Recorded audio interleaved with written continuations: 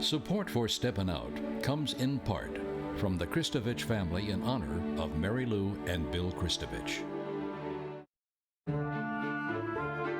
This program is sponsored in part by the Eugenie and Joseph Jones Family Foundation, a local foundation proud to support the arts and culture in the greater New Orleans area.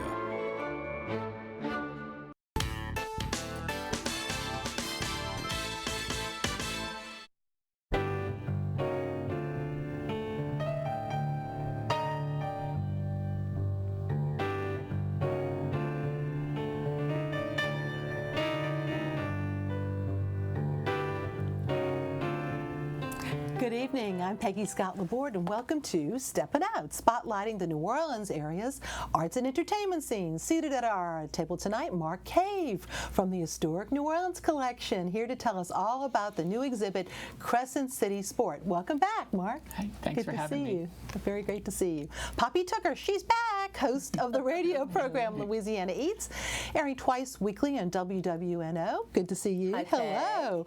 And making her Steppin Out debut, actress Samantha Beaulieu from the NOLA Project. She's the star of this particular production, and she's going to tell us about their current production, Harry and the Thief. Welcome. Hello. Thank you, Peggy. And Alan Smason, we all know Alan, Crescent City Jewish News and TheaterCriticism.com. Good to see you. Hello. Later on in the show, we'll be hearing from the bluegrass band Hazel and the Delta Ramblers performing the anthem of Mardi Gras, If Ever I Cease to Love. But first up, Poppy. Well, Peggy, if we have anything in this city, we have great diversity. And the first thing I want to tell people about is this new little spot on St. Claude called Luna Libre. Now, this is Rhonda Findley's place. Oh. And yeah, I don't know what makes you go, oh, because Cookbook there's teacher, so many. cookbook author, and many there's things. so many things. Yeah. She is the owner of Pop City and Fun Rockin' Store, that crazy little gift shop on Magazine Street. She's run for political office, and yeah, she co-wrote Kevin Belton's cookbooks. Yeah. So she does a little bit about everything. So we're talking about the corner of St. Claude and Congress. This is where Luna Libre is. Now, at one time, it was Ralph's TV repair. At one time, it was a barber shop, and it actually was the first home of Shake Sugary. Oh, now, the okay. kind of food she's serving there is what she describes as Arklatex-Mex. Had no idea what that was, but her fellow Arkansonian, is that the right way to say it, Chef Damon Gooden, knows exactly what she's striving for there with crunchy tacos like American style, chicken enchiladas, carnitas. The big hit, there is a secret 100-year-old Arkansas cheese dip recipe, which is apparently quite a thing. And then, how can you say no to a flaming margarita? So this place is child-friendly, it's dog-friendly, with a great patio for outdoor seating. There's free music every Tuesday night, local musicians. There's breakfast tacos that she serves every Saturday and Sunday from 8 a.m. until noon. It's closed Monday and Wednesday, but they're open every other day from 5 until 9. It's just a great, very inexpensive neighborhood hangout. We need those. So, yeah, it's you'll be glad you went. Go see our friend Rhonda. And so now, from way downtown, I have to tell you, Sophia on Julia Street is really divine. If you haven't been, I don't know what's keeping you, what's holding you back. There is Chef Talia. Her food, it is so sophisticated. It is so upscale. And the interior of the restaurant is so beautiful. You really feel like you're at a super duper Italian place, maybe on the Upper East Side in Manhattan. And the food, oh my gosh. Normally I don't start off talking about vegetables, but there's a dish called brassica that's charred broccolini, Brussels sprouts, rosemary brown butter vinaigrette with apple and pipettes. It was just the most delicious thing. The pastas are all, of course, fresh made, the pasta alla vodka.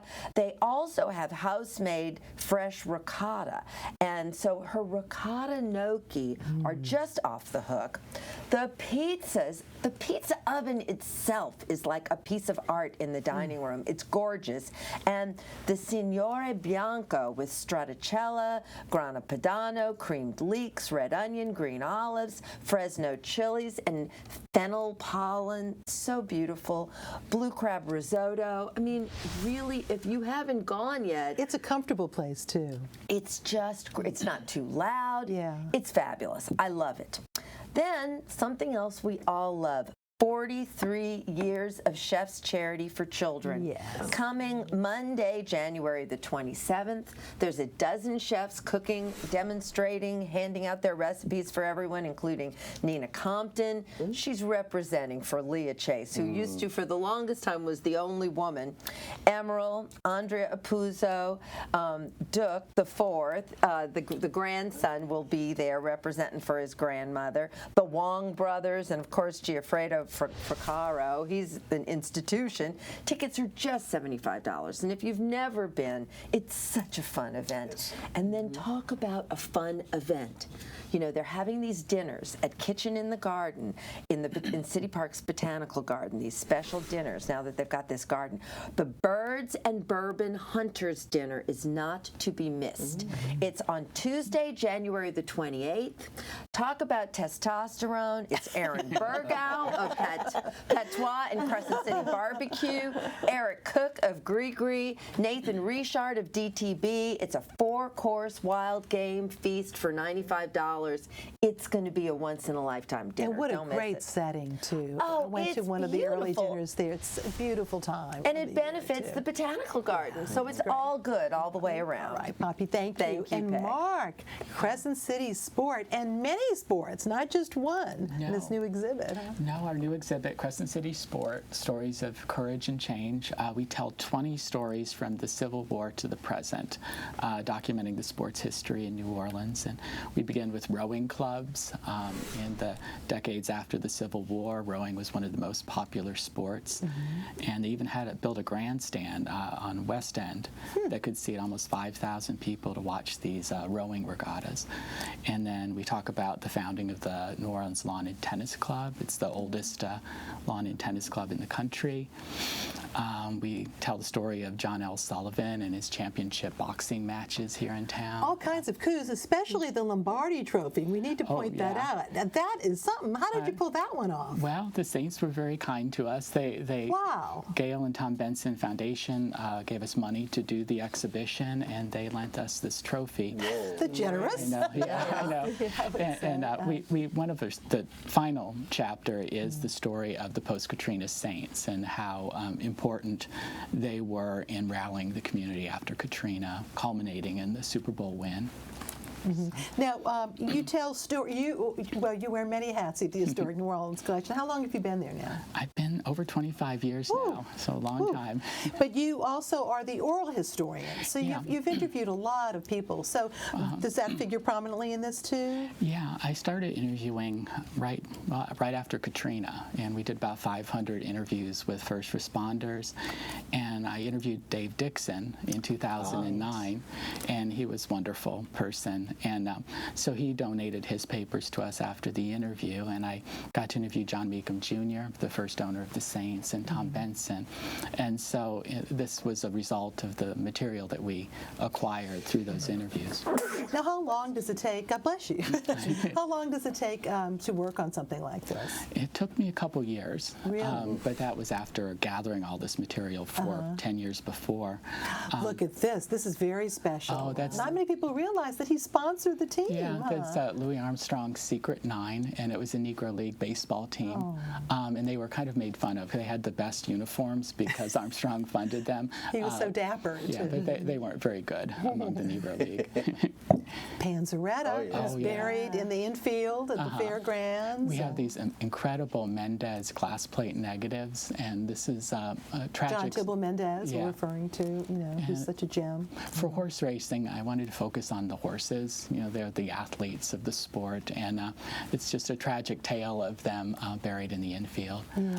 That's Pelican Stadium, and that's another Mendez. At Carrollton and Tulane Avenue, right there. Hard to believe it. And we tell the story of Abner Powell, who was the owner, manager, and player for the New Orleans Pelicans for most of their existence.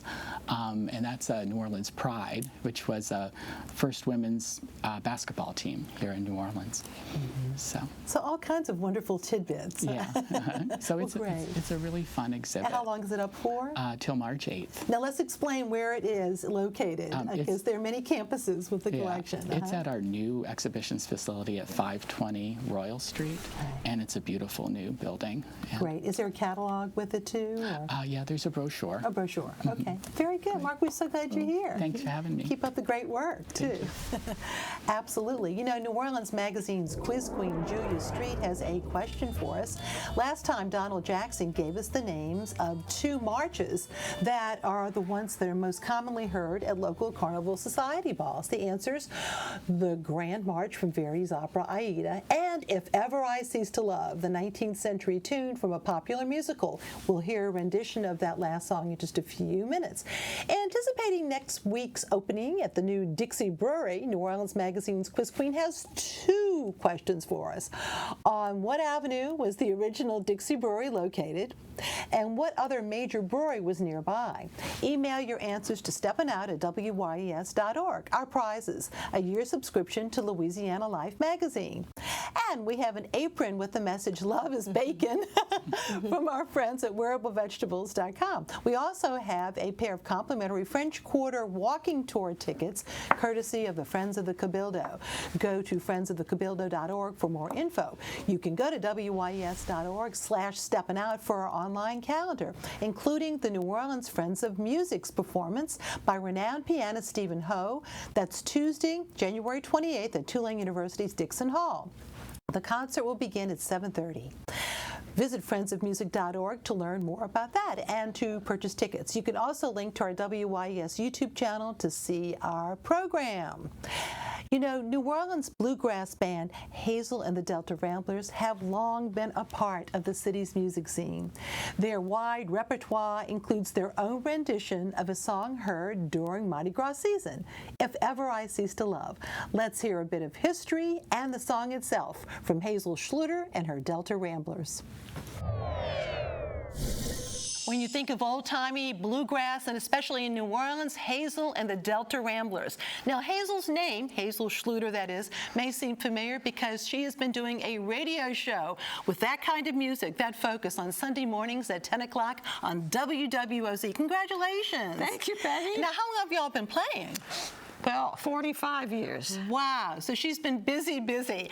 I asked Hazel and the Delta Ramblers to play something that is very near and dear to us at this time of the year, and it's the song If Ever I Cease to Love, and you have never heard it the way they played it. It's a wonderful rendition. Tell us a little bit about that song at Carnival.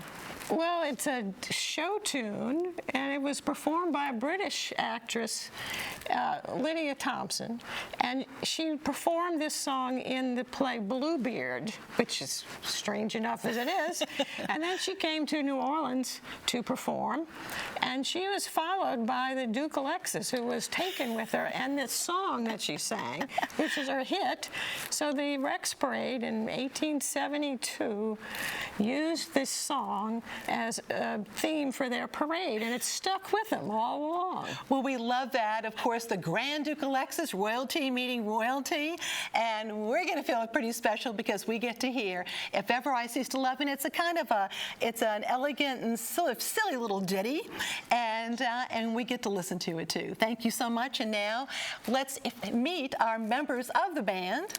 Would you introduce the introductions? Scott Cropog on guitar, Russ Van Dyke on the banjo, Larry Schluter on the bass fiddle. All right. If Ever I Cease to Love, courtesy of Hazel and the Delta Ramblers.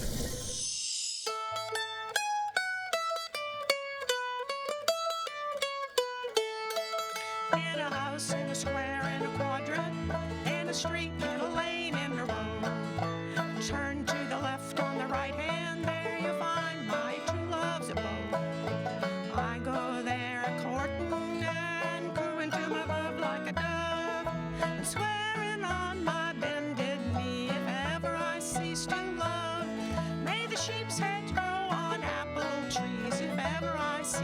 love. If ever I cease to love, if ever I cease to love, may the moon be turned to green cream cheese. If ever I cease to love.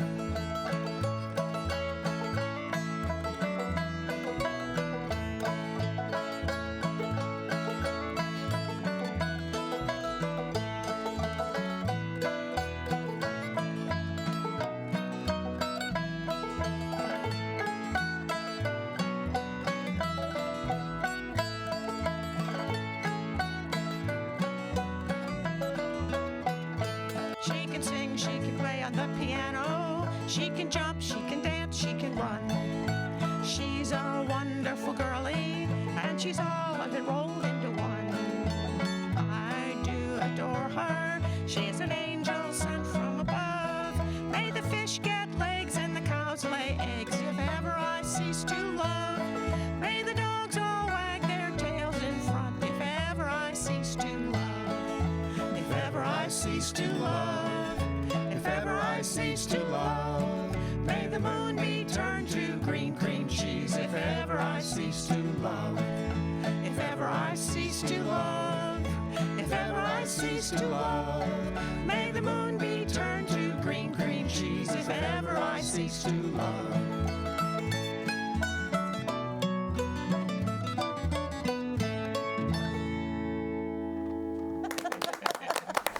And you can catch Hazel talking about playing music by old-time country and bluegrass artists every Sunday at WWOZ 90.7 FM from 10 to noon. Go to WWOZ.org to learn more. And if you want to contact Hazel, the Delta Ramblers do play for special events, you can reach her by email at hazeldelt@yahoo.com. Hazel Delt. Now, Samantha. Samantha, congratulations. You are the star of The Harry and the Thief. And set out the plot, if you will, because it's a brand new show. First, I wanted to just say thank you for having me here, Peggy. My pleasure. And, you know, star, it's like, this is truly an ensemble piece. Okay. You know, I cannot take the credit for that. But the play is, I guarantee, it's unlike anything you've probably ever seen on stage before. It is historical drama, farce, comedy, science fiction, with a little bit of superhero kind of mixed in with it. And to quote our fearless director, Carrie Armstead, it's insane. It is insane. It is a wild ride. We have a clip. Can you set that up before we go much further? There's an excerpt from the play. Yeah. So the story is, it takes place present day and in the past, and a modern day thief, her cousin, who's a scientist, builds a time machine and wants to send her back in time, 1863 to be exact, to provide Harriet Tubman with lots and lots of modern day guns.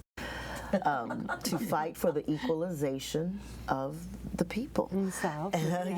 So and so that's kind of what this, I think the clip that you're going to see is. Well, let's do that. Let's take a look.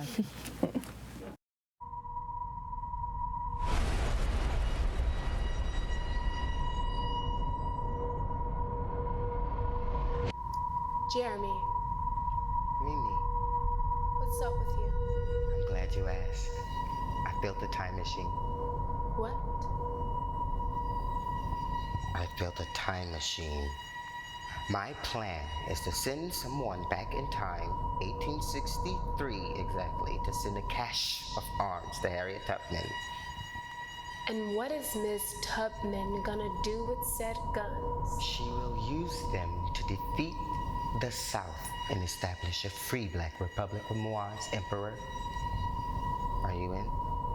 No. Maybe.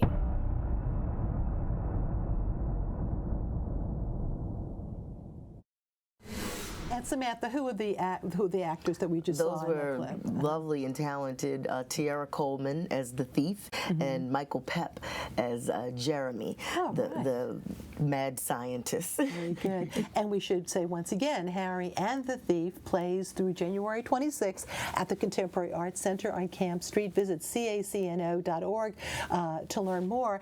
And it's that space. It's nice to see it used as a theater space again. It has been a while. Yes, yes. Is it fun to play on the stage? It's amazing. And last night was our opening, and it was a full house, and it was just incredible to bring a historical figure like Harriet Tubman to the New Orleans stage and to humanize her, to portray her in a way that most historical figures are just not seen. And I just think we don't know enough about Harriet's story, and it's just great. And it's told in such a bold way that only the NOLA Project can do. Yes, absolutely. Now let's talk about your family, because we were just talking. Remember your dad, Paul Beaulieu, who was a political commentator.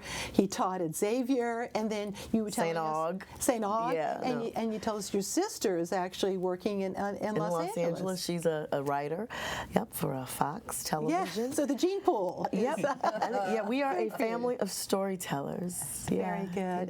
And do you like to be in plays? Is that something you like to do consistently, or what are some of your favorite things? Yeah, I mean, I do film and television, as well as theater. I haven't done a play. This is my first time back on stage in several years. Well, we're so glad you are. I'm happy to, and I tell you, the theater is a lot of work.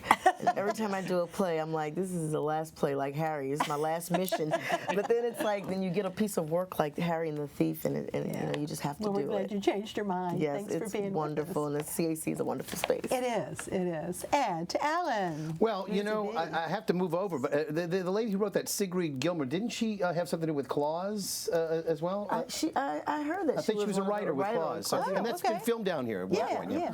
So let me turn over to Kenner now, because with a cast of 68 performers, 38 of them children, the current production of Oliver, Lionel Bart's Oliver, at Rivertown Theaters is not only their biggest, but certainly their most elaborate show. It's an opportunity for youngsters to carry much of the heavy lifting. It starts with the beginning scene in the orphanage, where they're carrying their empty bowls and bemoaning their empty stomachs. As the titular character, Arthur Victor Rusnick, is on stage. He, of course, portrays the charming and cherubic boy soprano Oliver. He sings that plaintive "Where Is Love?" and a critical part of Act Two's "Who Will Buy?" But clearly the choreography and the direction is top-notch, easily explained by the fact that director Kelly Fushi is at the helm of this work, not only serving duties with Grace Hart as choreographer, but as the work's overall director, and I might say, if that weren't enough, she also is one of the stars as Nancy in that role, in which she sings, among other things, "As Long as He Needs Me," which I would characterize as a song that might best be described as the ultimate song of codependency. In fact, both co-artistic directors get into the act literally and figuratively, because, of course, with this production, her partner, Gary Rucker, takes on the role of Fagin, the sleazy and shady figure who basically takes in children to the streets in order to train them to be pickpockets. Also outstanding is Liam Gillen, who you saw there. He portrays a marvelous, artful dodger, and whether leading the pack of Fagin's misfit boys or giving shelter to Oliver, he's wonderful. And he also plays a wonderful scene with Nancy with "I'd Do Anything," also with Oliver in that scene as well. Another role that Fushi can treasure is this one. She not only gets to play a director, but she also gets to play opposite her daughter. That's Savannah, who's the lone girl in Fagin's crew. Now, remember, in the original Dickensian story, she was a prostitute, but they've cleaned this up antiseptically, and so she can really play on stage and sing "Oop Papa" with her mom. They actually sing and dance together quite well. Her name, again, I would like you to remember, is Savannah Fushi, because they have another sister of hers who's also an actress. The younger Fushi more than holds her own, though. And the role of Bill Sykes, oh my goodness, the true villain of this story is Sean Richmond. He's in his first outing in a Rivertown production here. His casting is masterful.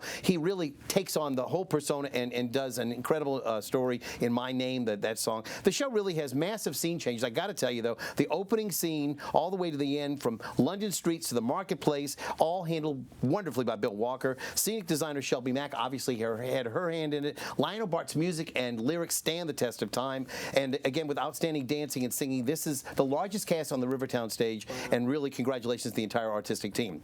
Meanwhile, real quick, the Timothy Todd Simmons name may sound familiar to you. He has now taken on the executive directorship at JPAS, and he spent 13 years in San Diego, but was here most recently a year ago as executive director of the New Orleans Opera. He's now the executive director with JPAS, and they will be having a show of Agatha Christie's The Mousetrap very soon on stage at their Jefferson Performing Arts Center. He's a very sharp guy. Yeah. All right, thank you, dear. And now it's time for our picks. Mark. Well, tomorrow we're having our annual Williams Research Center Symposium, and it's on sports. And Jim Henderson is going to be the moderator, and John Meekum Jr. is going to do a live interview. And tickets still available, Tickets still available. Okay. Go to our website, hnoc.org. Good. Thank you, Poppy. We have to say happy 5th anniversary to Brown Butter on North Carrollton. They're facing Bienville Street. You know, that's a big deal. You make it to 5 years, and supposedly you got 10 in you. Through the end of the month, $5 draft beer, poutine, thin fried pickles, and TLT. That's tasso, lettuce, and tomato. Samantha. Pick of the week. Yes, yes. Besides Harry and the Thief. What's the next show at the NOLA Project? The next show at the NOLA Project is an original adaptation of Treasure Island, written by one of the company members. It starts in May. It runs in May. Looking forward to that. Yeah, it's going to be a great time. Thanks. Hilarious. And we're so glad you're here today with us, too. I'm so delighted. Alan. And I believe that's going to be at City Park's Botanical Gardens, too, the outdoor, the new Botanical Gardens. All right, so Maestro Carlo Prieto returns to the Orpheum, hopefully triumphantly, to conduct the Rachmaninoff symphonic dances, but also Simon Shaheen's very own concerto for oud. Now, you don't know the name Simon Shaheen, but he's one of the foremost Arabic musicians and composers in the world, and it should be something to see. That'll be folk rhythms. Right. Thank you. And I'm going to zip through my picks. There will be a Rex Den tour tomorrow from 1 to 3 p.m. Attendees will get a special behind-the-scenes look at Float Building. The den is located on the lakeside of South Claiborne at 3rd Street. Tickets are $30 for non-members. Go to friendsofthecabildo.org to learn more. The Link Strajewski Foundation's annual Ball Mosque takes place tomorrow. That is at 7:30 p.m. at the Sugar Mill. The masquerade party will feature food cooked by nearly a dozen nationally renowned chefs. It will also feature music such as Nathan and the Zydeco Cha-Chas. General admission tickets are $285 and benefit the foundation, which provides job opportunities for local youth. Visit ballmask.link.com. Strajewski, you can see that on the screen, to purchase your tickets. The 6th annual Danny Barker Banjo and Guitar Festival takes place through January 19th. Most of the events, such as the musical performances and talks, are all taking place at the New Orleans Jazz Museum at 400 Esplanade. There are also 2 parades scheduled over the weekend, and visit DannyBarkerFestival.com for more details for a full lineup. And the Stephen Forster 4 Decades of New Orleans Iconography exhibit has been extended until January 24th at the New Orleans Jazz and Heritage Festival. Poppy, did you have any tidbits that you wanted? One more P.S.? No, okay. I'm all done. I think we've got it all. Congrats to Simon Beck and the crew, because I know you love brown butter like I do, and they're so hard to find because there are dresses on Carrollton. You got to go around the corner. 5 years. 5 years. That's a big deal. Thank you all so much. Thanks for watching. Good night.